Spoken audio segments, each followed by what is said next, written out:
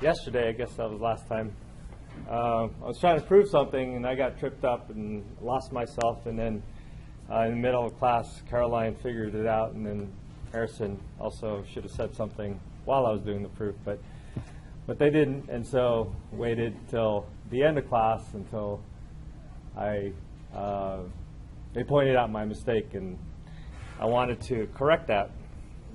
So the notes from yesterday are available.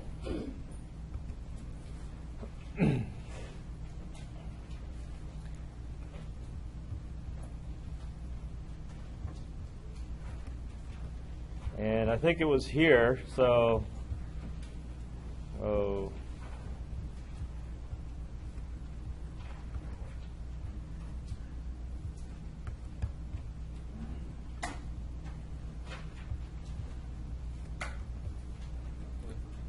so this is what we were looking at last time, and I just want to point out where I went wrong. And it's kind of funny because this is one of my pet peeves, the mistake that I made. And that is when you take a dot product of two vectors, you're supposed to get a scalar. And clearly, I didn't get a scalar.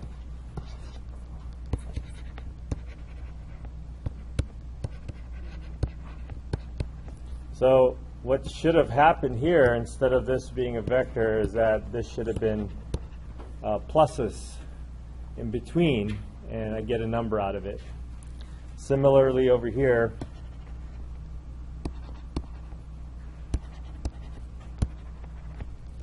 I should have had that.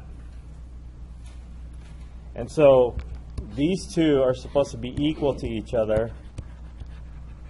And if you look at, you can either factor some terms, or you can just really match it up that they're going to cancel each other out. Okay? So in our website,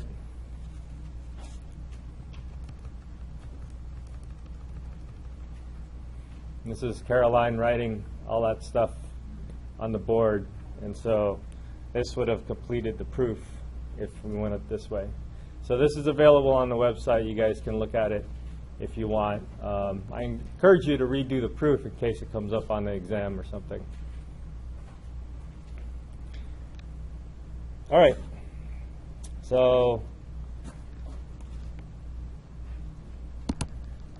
let's move on to continue talking about lines and planes. Now, we've talked about lines in 3 dimensions, but I want to come back a little bit and talk about lines back in 2 dimensions and see how we can recreate the way we do the lines in 2 dimensions and do our comparison.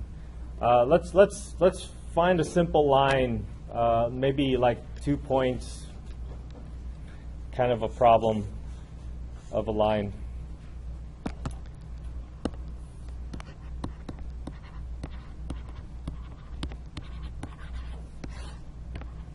So let's do an example. Let's do an easy example, like maybe just a line with slope 1 passing through, I don't know,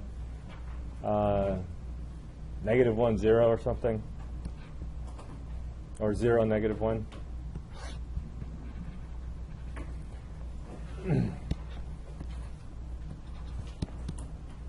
What is this? 1 times x minus 1, right?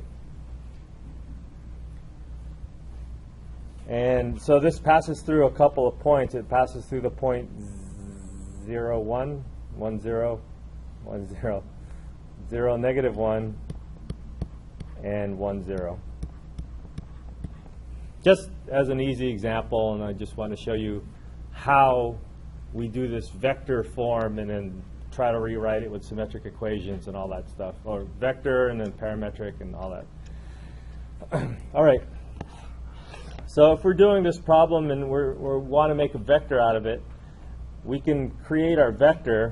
I forgot what color my vectors were last time, but I think they're red. What we could do is we can recreate this And remember the equation for the line in vector form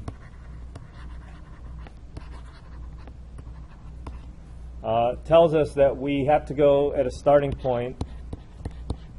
This is an L. L of t is equal to a starting point, and that point can be seen as a vector.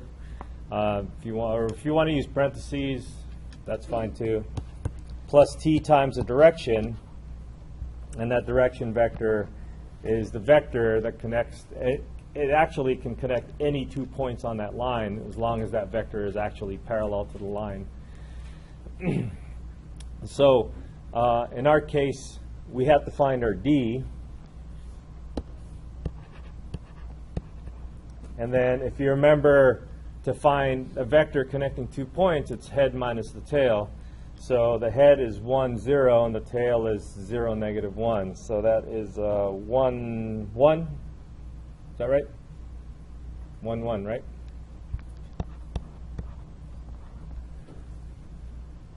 So that's that direction vector that goes in the direction of the line. And so according to our formula, our A would be just the starting vector 0, comma, negative 1. And then t times our direction vector is 1, comma, 1. So here's our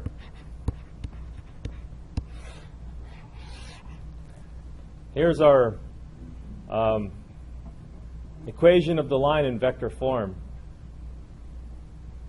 Now, we can move to make this look like a set of parametric equations. So let's do that.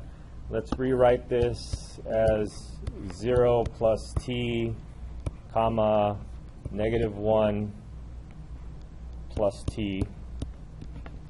So by doing this now, carrying out the vector equations, I can now rewrite this as a set of parametric equations in x and y, or as x and y as functions of t. So x of t, or x is equal to just t, it looks like, and y is equal to t minus 1, 1, negative 1 plus t, whatever. So now I have parametric equations that would draw that line. So I just took it from the x and the y components. Yes? Sorry, how did you get that? This one? Yeah. Oh, I combined the x, I combined the x, so 0 and then 1 times t. I distributed the t and then combined them and then added them. So distribute the t and add them, that's simplifying the vectors.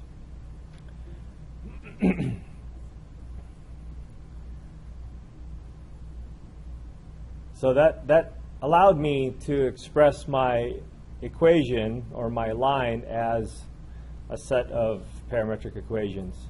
And if I were to graph this in a parametric, in your calculator, then I should get this very exact same line, depending on the parameter t, as my t changes. So now the last bit is to write or solve for t in each of these and then replace the values. And so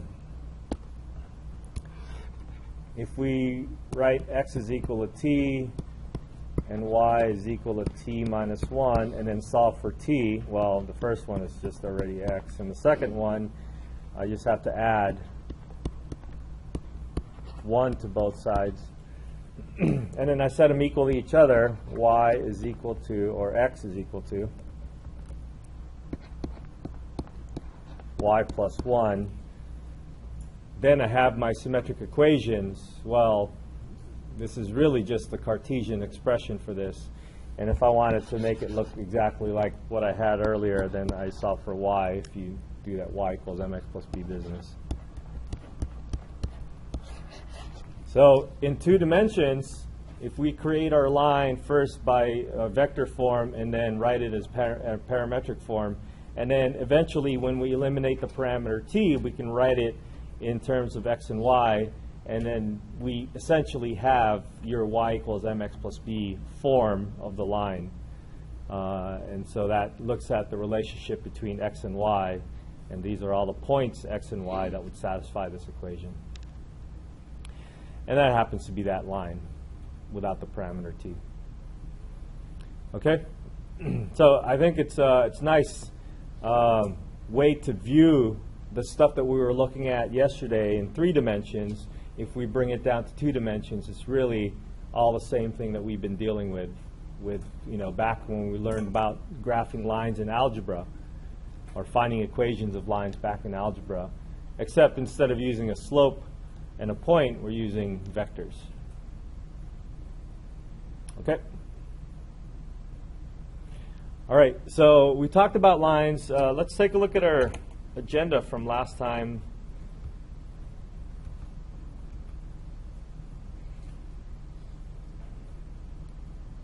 Or our set of objectives, to see that we've actually, I think I've talked about everything about lines that we need to talk about, so we're ready to start talking about planes now.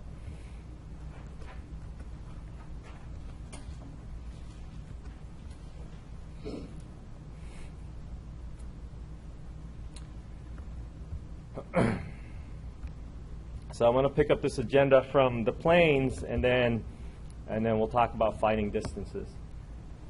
So let me write down, actually let me type it so it'll be actually readable and clear and you won't forget.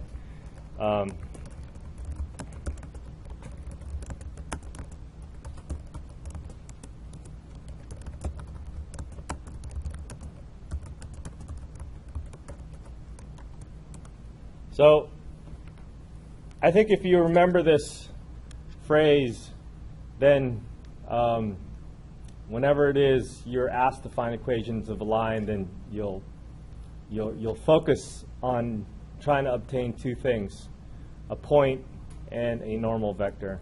Do you know what a normal vector is when I say normal? Yeah. Perpendicular.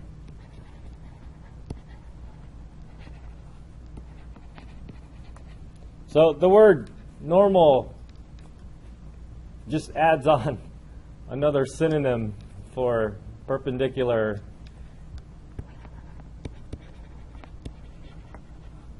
and orthogonal and right angle. Sure. So when we say normal, we just think about perpendicular or orthogonal. Or when you hear orthogonal, maybe that's another new word, but it's all just saying perpendicular. So that means that if you're looking for an equation of a plane, then your plane might look like whatever it's going to look like. All you really need is a point, and then a vector that's perpendicular to that plane.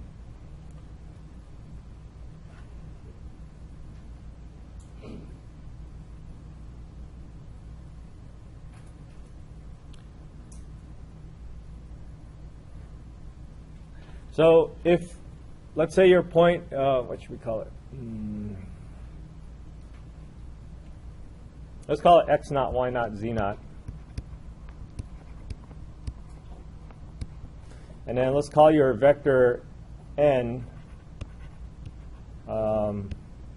capital A, capital B, capital C.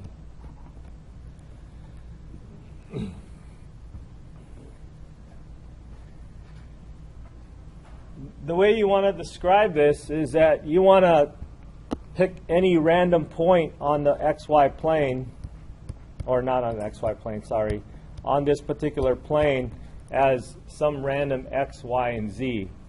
Now that x, y, and z can be anywhere, but it has to be on the plane. And we can call this some arbitrary point.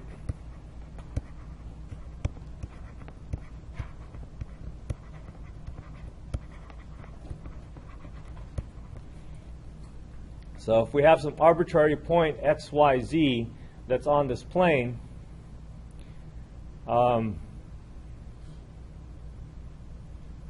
then it should satisfy some equation that we're going to try to come up with.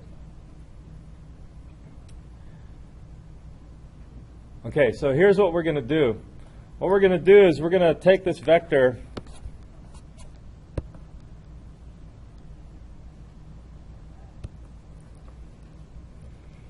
and then what we're actually going to do is we're going to create another vector connecting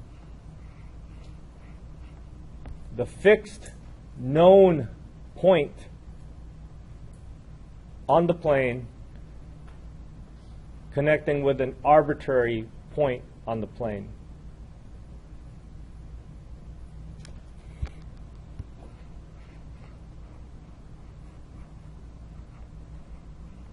And we're going to make a vector out of that.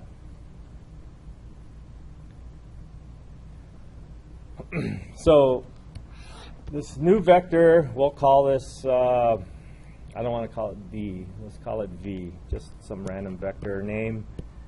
But this is the difference, the head minus tail difference component-wise, right? X minus x naught, comma, y minus y naught, comma, z minus z naught. And that's your vector that we just made up. Now, what can you say about that vector that we just made up?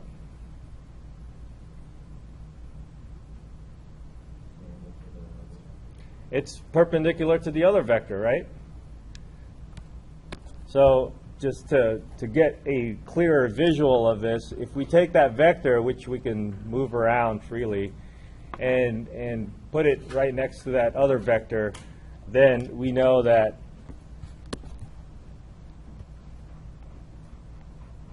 these two vectors should be perpendicular.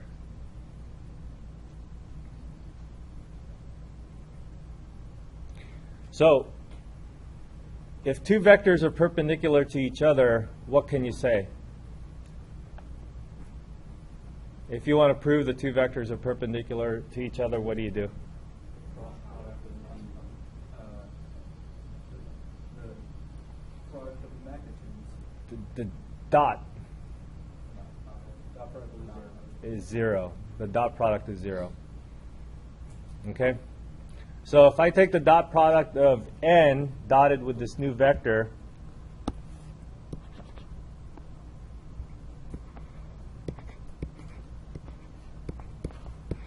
we should get 0. And then if we put those values in that we have, like n is equal to a, b, c, and dot it with this other vector that we just came up with, x minus x naught, y minus y naught, z minus z naught. What we should get there is a scalar, and that scalar should equal to 0.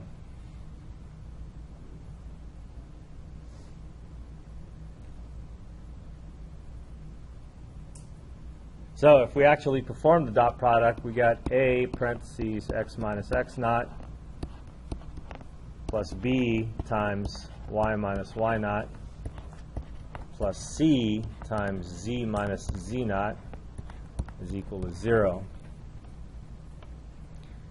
So this is your equation of a plane. X, y, and z are arbitrary, so you just leave it as x, y, and z. Kind of like when you have an equation of a line, there's an x and a y there, right? It'll just have to stay there. Here you have an x and a y and a z equals to something. In fact, some people FOIL this out or distribute things out and then move the non-x, y, and z variables to the other side. So can I do that in one step? I'll do that in one step. You got ax plus by plus cz. So x, y, and z are variables. They have to stay there. And then x naught, y naught, z naught are supposed to be numbers, actual constants. And so that can go onto the other side.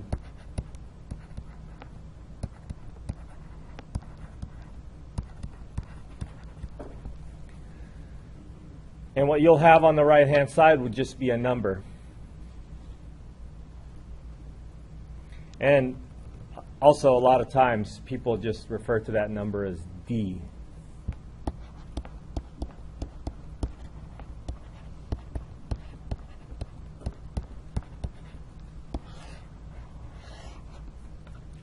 So an equation of a plane would look something like this, where A, B, and C are the components of your normal vector, and D is just the number.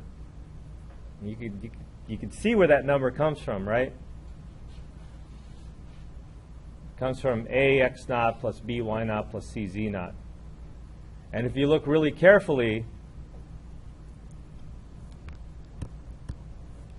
ax naught plus by naught plus c z naught is really a dot product.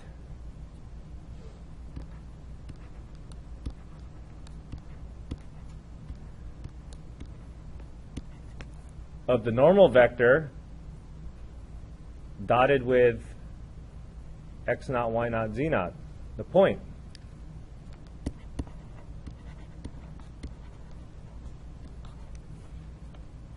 Right?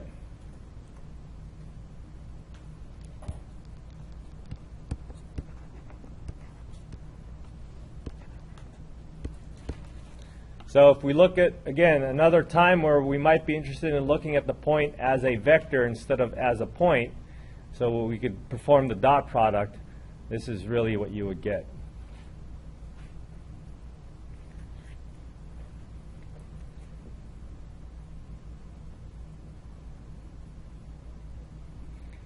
So I don't know if this is clicking yet, but this is all kind of the mathematics behind it and stuff. So it might be interesting if we actually look at a problem. So let's see if we can look at a problem. Yes?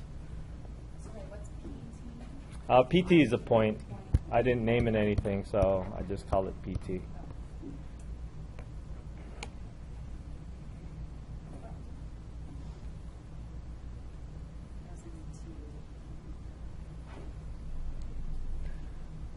So let's see if we can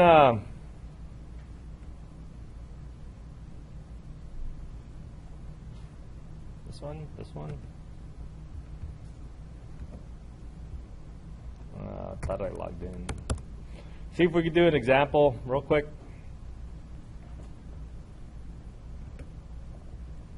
This is from section 12.5, maybe.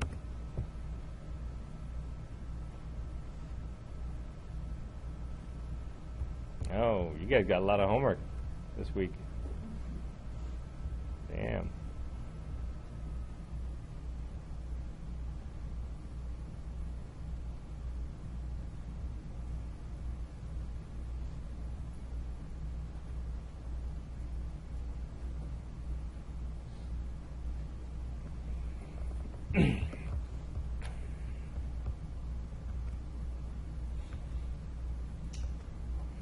So I'm looking at number 6 here. I'll have to stop doing your homework. I keep picking from your homework problems. I'm supposed to be using the class example. Some people have asked in WebAssign, I have a set of things that says class examples. I should be picking from that instead of your homework. All right, we'll do some more homework and see. Since you guys have a lot of homework anyways. It says a plane through a point. So this is your given point, 8, -9, -9. And then parallel through a plane. Now, if you believed what I said, I don't know if you should believe what I say every time now.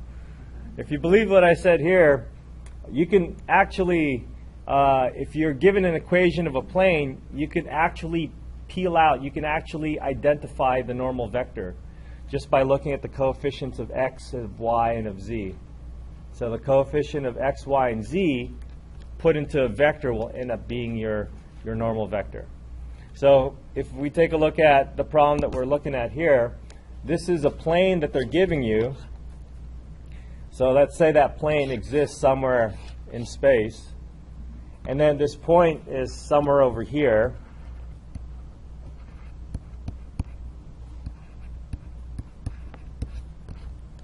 And then they want you to find another plane that's passing through this point, and it's parallel to this plane. So if it's parallel to that plane, that means the normal vector for this plane should also be perpendicular to this other plane.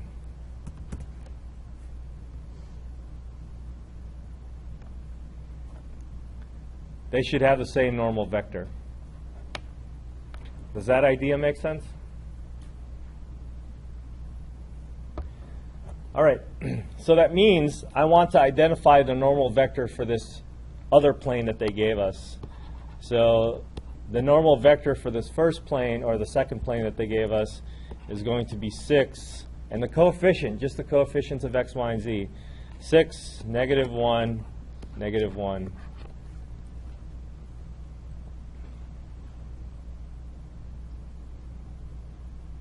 And yeah, d is equal to 9 here, but that's not going to be important for us, so we're just going to ignore that.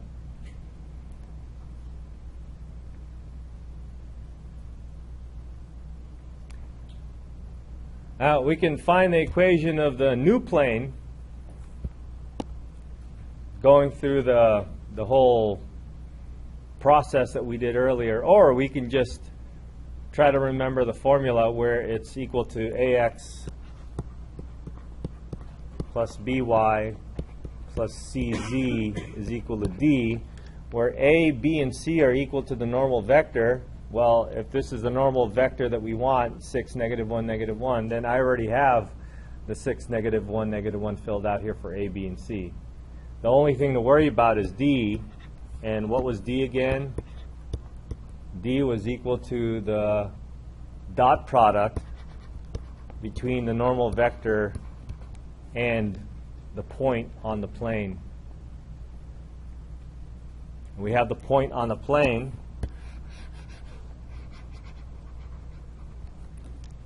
and we have the normal vector. So that's it. We just need to dot them.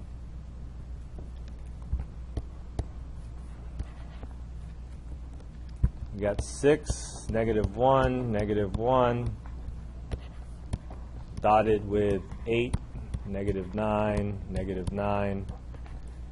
And this is going to be a big number, it looks like. 18, 48, 50, 66. Did I do that right? No? Yeah. 66? Wow. I've been practicing how to add things quickly. I have an issue with adding and subtracting. Hardest part of math. So that's it. So my answer turns out to be 6x minus 1 times y minus 1 times z is equal to 66. And we're done. We can check our answer, I suppose.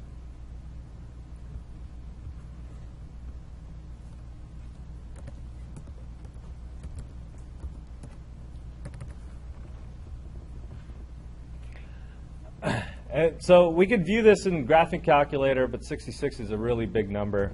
I suppose we still should try to do it, since it's easy enough. So 6x minus y minus z is equal to 66 is not going to be viewable until I zoom out enough. So I guess the other thing to do is to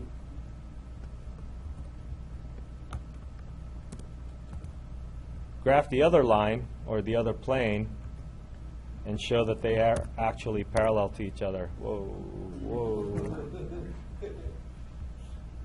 Whoa.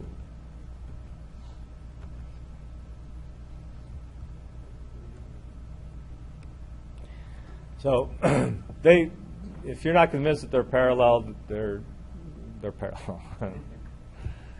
So you have the two planes that are parallel to each other. One of them is passing through the point. What was that point again? 8. Oops. Let's try that. 8 minus 9 minus 9. There it goes. It's on that, on the other side. So it's on that plane,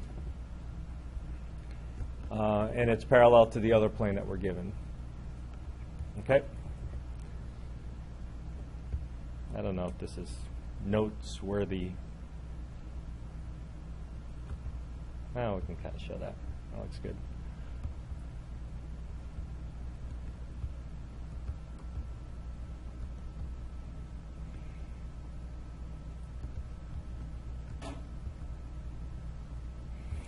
All right.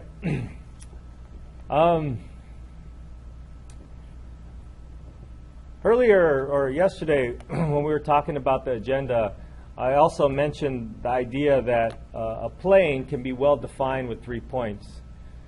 And so if we have 3 points, we still need to come up with a point and a normal vector. So let's talk about how to get, well, we have 3 points, so you can use any one of those points.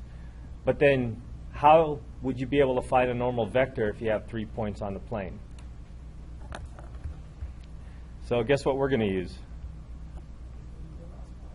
Cross product. Okay? So now let's make up a problem. Sorry, so the last one was how to find a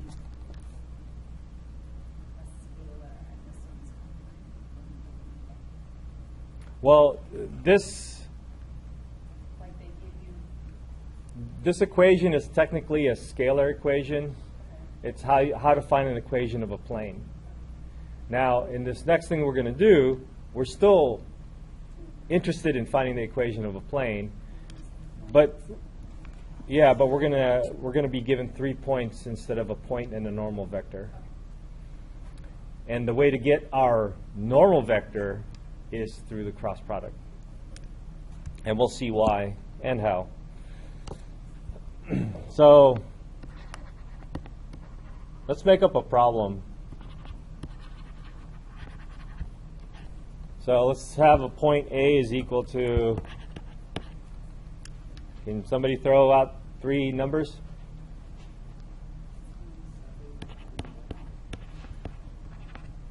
Are they all going to be positive? B is equal to,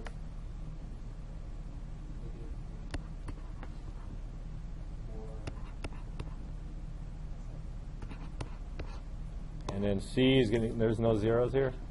C is going to equal to, just be easier. What? Origin. Wow.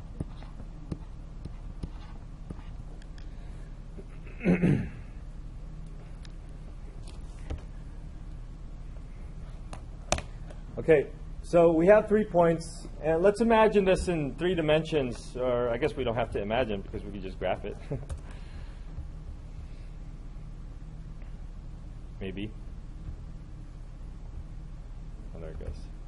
Thought I was going to crash. So let's visualize this.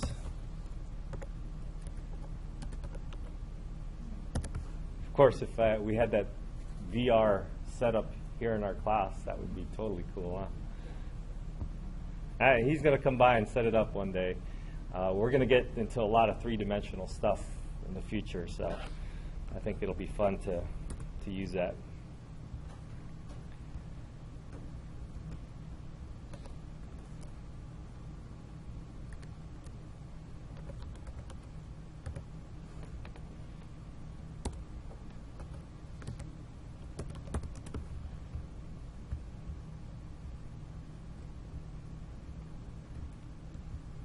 So some of these points are far away. We're going to see if we can, there we go.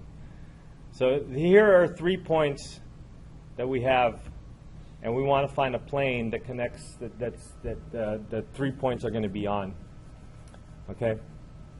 Now, we need a point in the normal. Like I said, we have any of these 3 points would work fine, but we need a normal vector. And somebody said we need the cross product to get the vectors. So how are we going to, what 2 vectors are we going to cross? We have 3 points. So if we connect those 3 points and make 2 vectors out of those 3 points, then that might work, right? Imagine you have 3 points, you connect 2 of them at a time, and you connect another 2 of them, then you have 2 vectors. Now those 2 vectors are on the plane that you want, right? So those 2 vectors are actually on the plane that you want. So when you cross them, you're going to get a vector that's perpendicular to both of those vectors and hence perpendicular to the plane.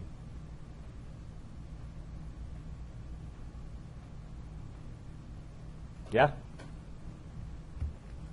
So that's what we want to do.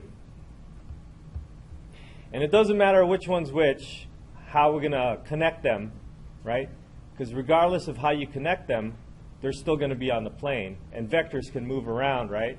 So if these vectors move around, they can still be on the plane. And then you just cross them, and you'll still get a vector that's perpendicular to that.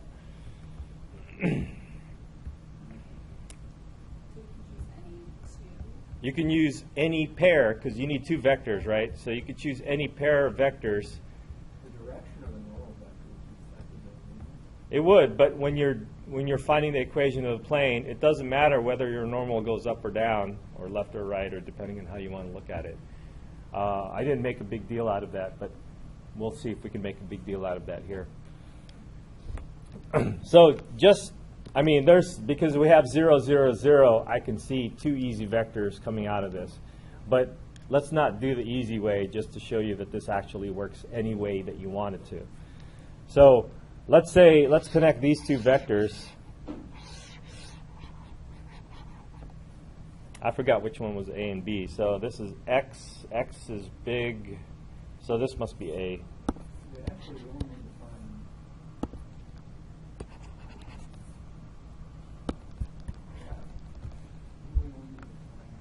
define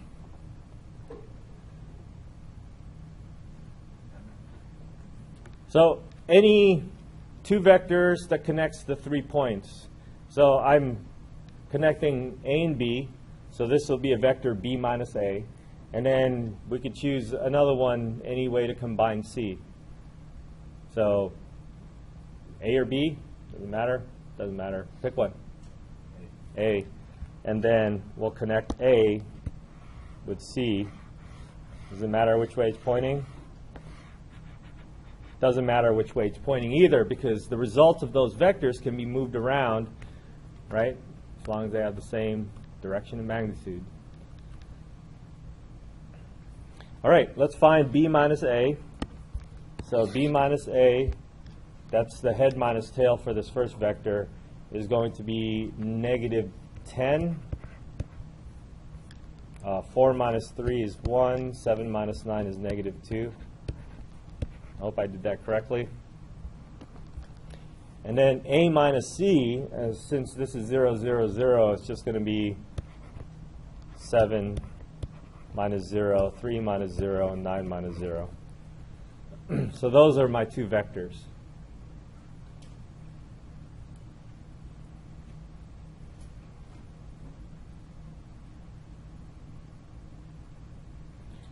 All right? So now let's cross them.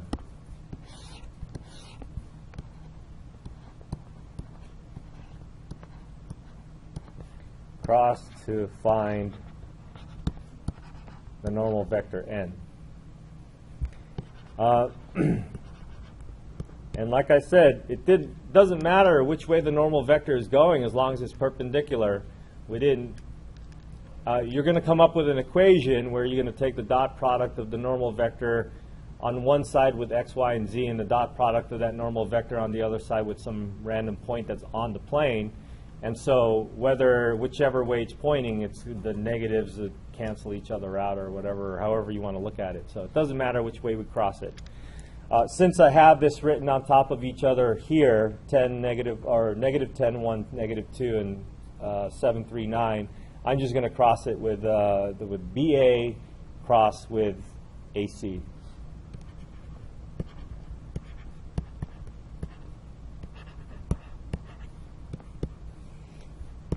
So the cross product results in a vector, and I'm going to do this because it's already set up. I'm just going to do it kind of like in my head. This is 9 minus negative 6. 9 plus 6 is 15. The J component has a negative sign, and that's negative 10 times 9. That's negative 90 minus 14. Oh. Minus negative 14. Negative 90 plus 14. Negative 76. So that's a negative 76 with the negative in front of it. So essentially a positive 76. And then the last one is negative 30 minus 7, negative 37. Big numbers. So I have my normal vector now. So I can dot this with any of the points to get my D value. And I would dot it with 0, 0, 0. But if you dot it with any of these other ones, you should also get the same answer. Let's dot it with something different. So our D is going to be N dotted with any point, and I'll just randomly choose B. 15, 76, negative 37, dotted with B, negative 3, 4, 7. And I'm not going to do this without a calculator. Wait, can I? Nope, I'm not going to.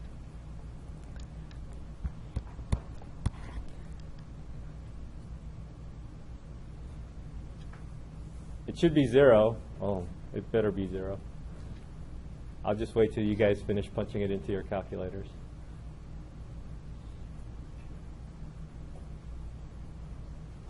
I would like a couple of thumbs up here, or thumbs down, whatever the case may be. I got one thumbs up.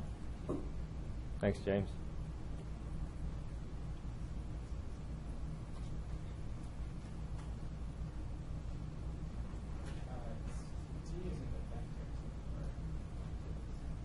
Oh, no, it's not. Thanks.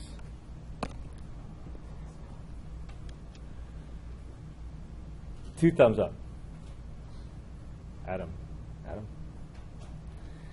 All right. So it must be 0, because those guys said it was 0. Yeah, because I said so. Because there's 2 of them that said so. If one of them said so, they might be lying. If there's 2 people that said yes, then I'll go with that.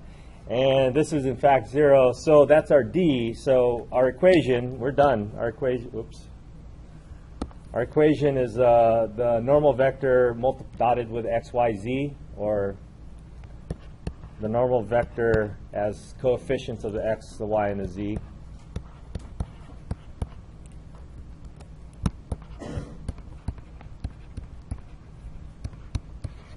And then our D we computed. Like I said, we could have, if you were doing this as homework, you would dot the normal vector with 0, 0, 0, because that's going to equal to 0. But just to show you, we dotted it with something else, and James and Adam said it was okay. So it's equal to 0. Okay. So if we graph this, we should come out with that same vector. PC.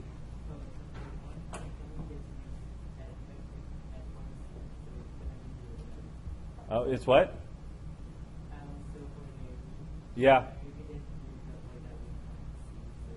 Right, yeah. That's what I'm saying. I decided to use a different one just to show you that you would get the same D as a result, regardless of what you use.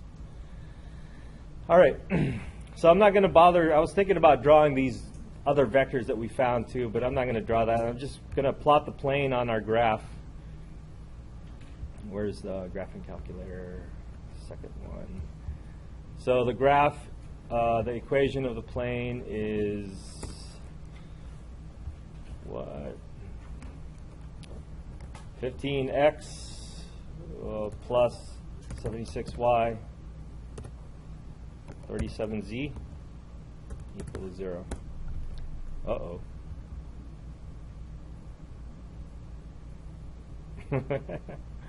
That doesn't look right.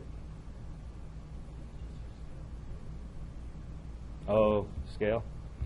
Let's zoom out. I hope. Let's see.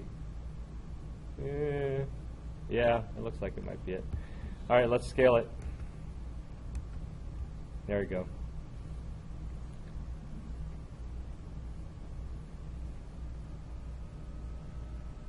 So, how can we view this in our does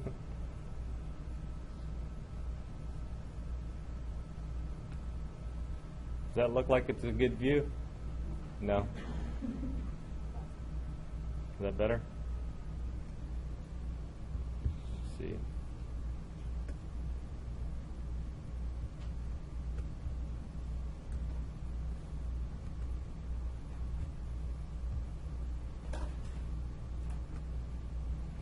All right, well, we'll take this view to have it in our notes. To have it in our notes that nobody looks at. You guys look at the notes? You can be honest. Yeah?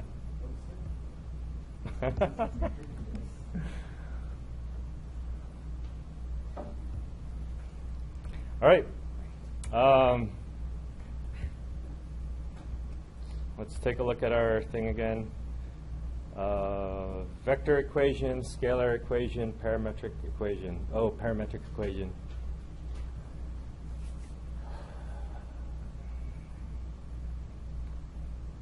All right.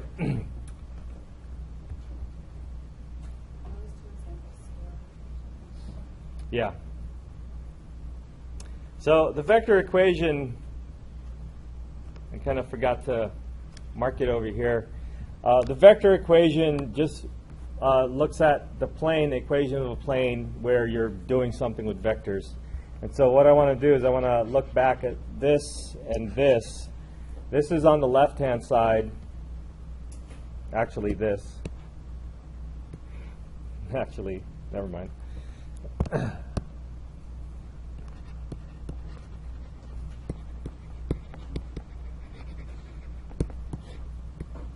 So the vector equation would be if we define n to be your normal vector ABC, and then I think I call this point PT.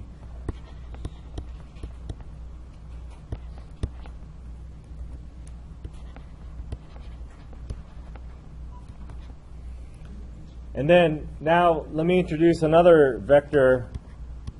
I'll call this vector X. And this is what the book uses too a lot, is they use the boldface X to represent the vector of variables in 2 dimensions or 3 dimensions, depending on what dimension you're working on. So in 3 dimensions, our vector X will look like a vector that has X, Y, Z in the X, the Y, and the Z components. So we can view this equation of a plane as a dot product between the normal vector and the vector X. So n dotted with the vector X. And on the other side is that scalar D, and that D is just the dot product between that same normal vector and some random point that's on the plane, if we want to look at that point as a vector.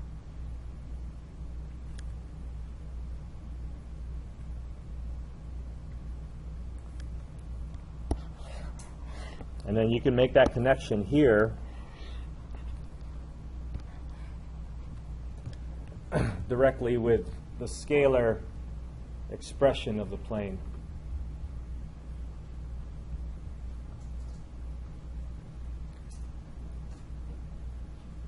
The parametric form of a plane is a little bit more complicated, or let's just say a little bit different from what we're talking about here. So the vector and scalar form of the plane kind of go hand in hand, and you can find the relationship just by looking at this page. And that's I think that's easy enough to capture. But if you want the parametric form, it's going to be a little bit different. And so we're going to get introduced to surfaces given as parametric equations. And the line that we have in parametric equation, and even the curves in 2 dimensions that we were looking at, those can be expressed as with a parameter t. It turns out that when you're trying to draw a one-dimensional object, what's a one-dimensional object look like? A line? Yeah, so a one-dimensional object would have one parameter. Is it a line? It's a point. 0 dimensions is a point.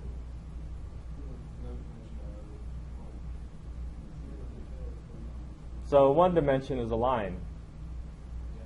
So a line, or a curve for that matter, because it's still a curve, can be expressed as something that's one-dimensional, and that could be parametrized by one parameter t, because that's the only dimension that we need to deal with.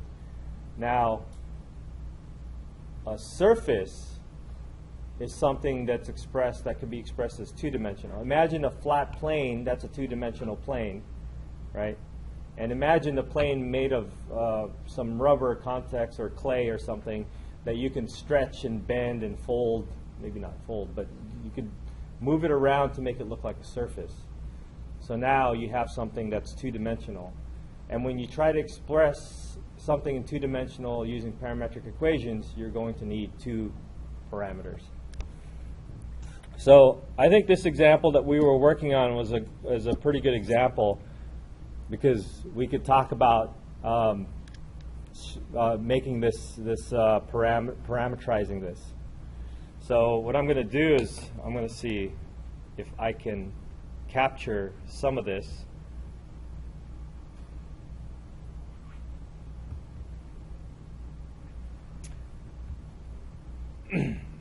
How am I going to do this?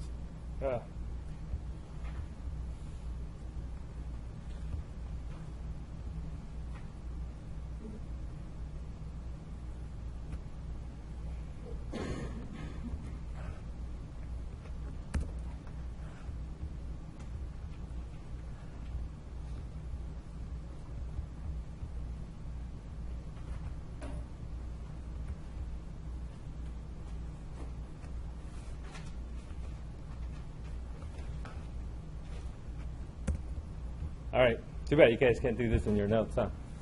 So I want to look at this, revisit this idea of having 3 points and making two vectors out of this, and then use the idea of parametrizing this as a two-dimensional plane. Okay? So what you need to find a parametric equation for a plane, let's say that's what we're looking for.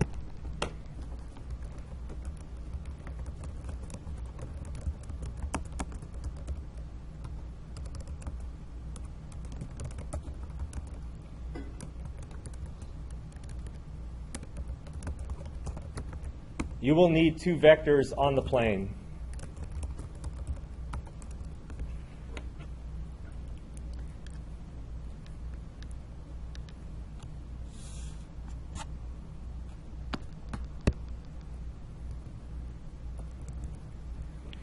And so the idea behind these two vectors is that if we take one vector, like this 10, negative 10, comma 1, comma negative 2,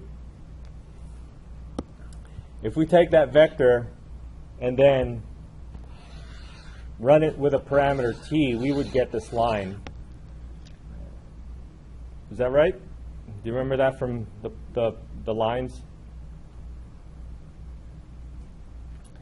So if you take this vector -10,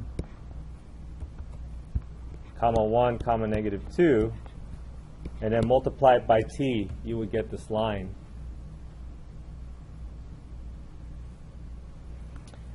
If you would take this other vector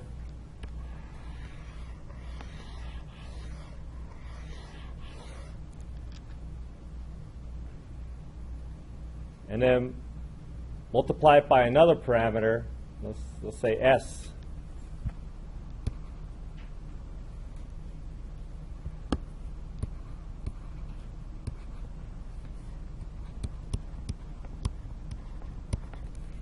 you're going to get another line, right? So if we somehow combine this, let me take a look at some combinations here. What if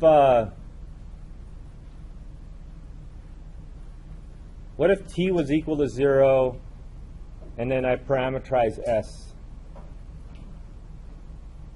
So t is what makes this first line up here. If I make t equal to 0, I would be at this point, and then I would add s times this vector, I would be in this line. Wow. Is that? Because this is, I have this thing, if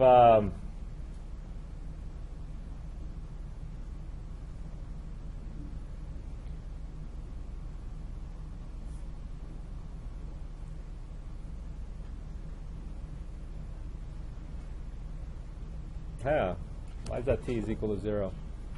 Harrison, let's see if I can get back to your question.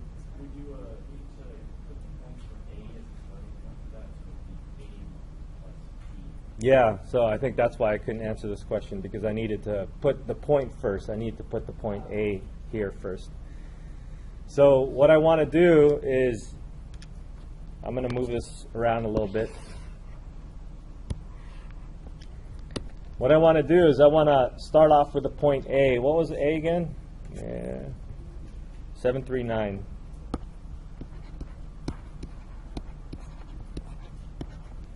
So if I start off, I'm going to put plus signs all across here.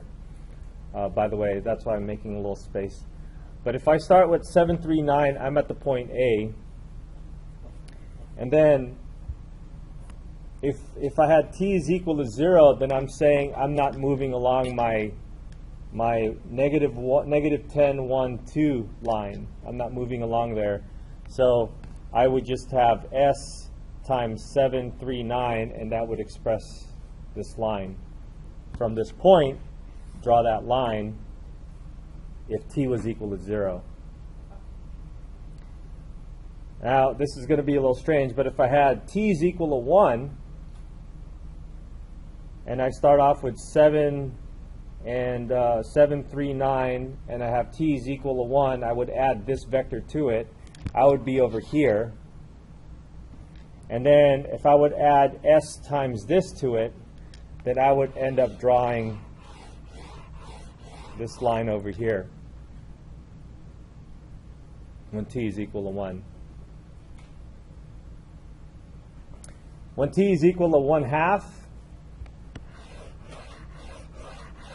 I would have this line. When t is equal to 1/4, I would have this line. And if I let t equal to a bunch of numbers, including negative numbers, I would end up having a bunch of lines that this would generate from this point.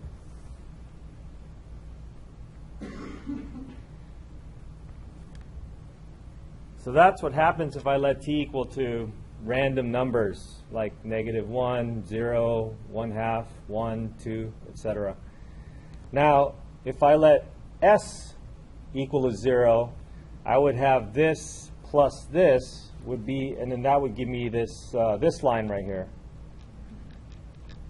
because my t is ranging.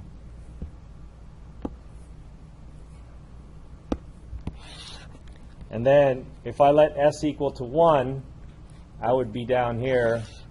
And maybe it's going the other way. But in any case, if I let s equal to a bunch of different numbers, what I would come up with are a bunch of lines that would be parallel to that.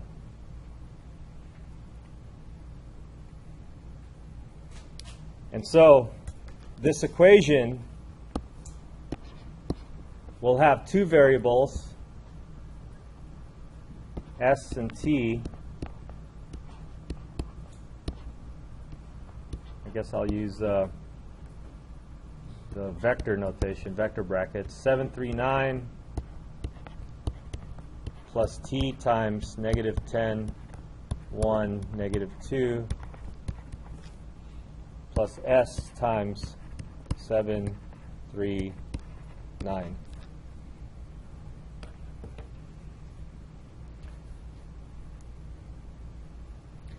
All right? I want to show you the picture. I know it's time, but let's see if we can get the picture so that we can walk away happy.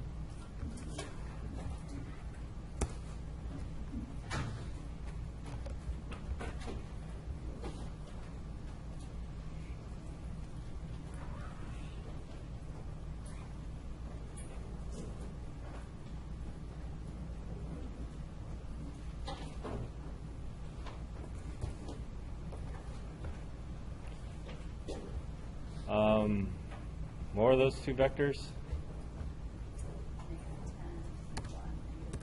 Negative 10, 1, negative 2, and 7, 3, 9. Oh, I need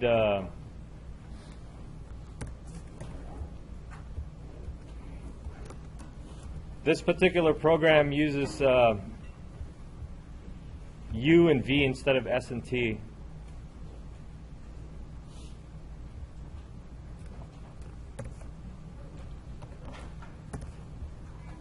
And then that other vector is also 7, 3, 9. That was a point, right?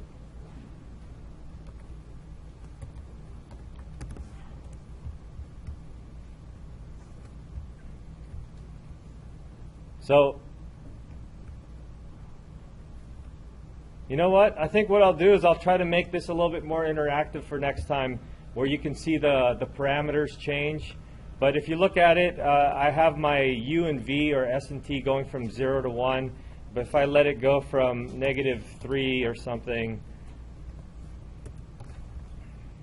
to 3, that would capture more of the plane, and then that would actually be looking at the same plane that we were looking at earlier. Okay. All right, so just think about how this is going to work. I think this homework is supposed to be due on this weekend, but I think because we didn't quite finish this, I'll postpone this and then all the other homework past this. Okay, but you're responsible for everything else. All right, oh, there's going to be a quiz on Monday, too. On something. I want it to be Tuesdays. But we'll have a quiz on Monday for next one.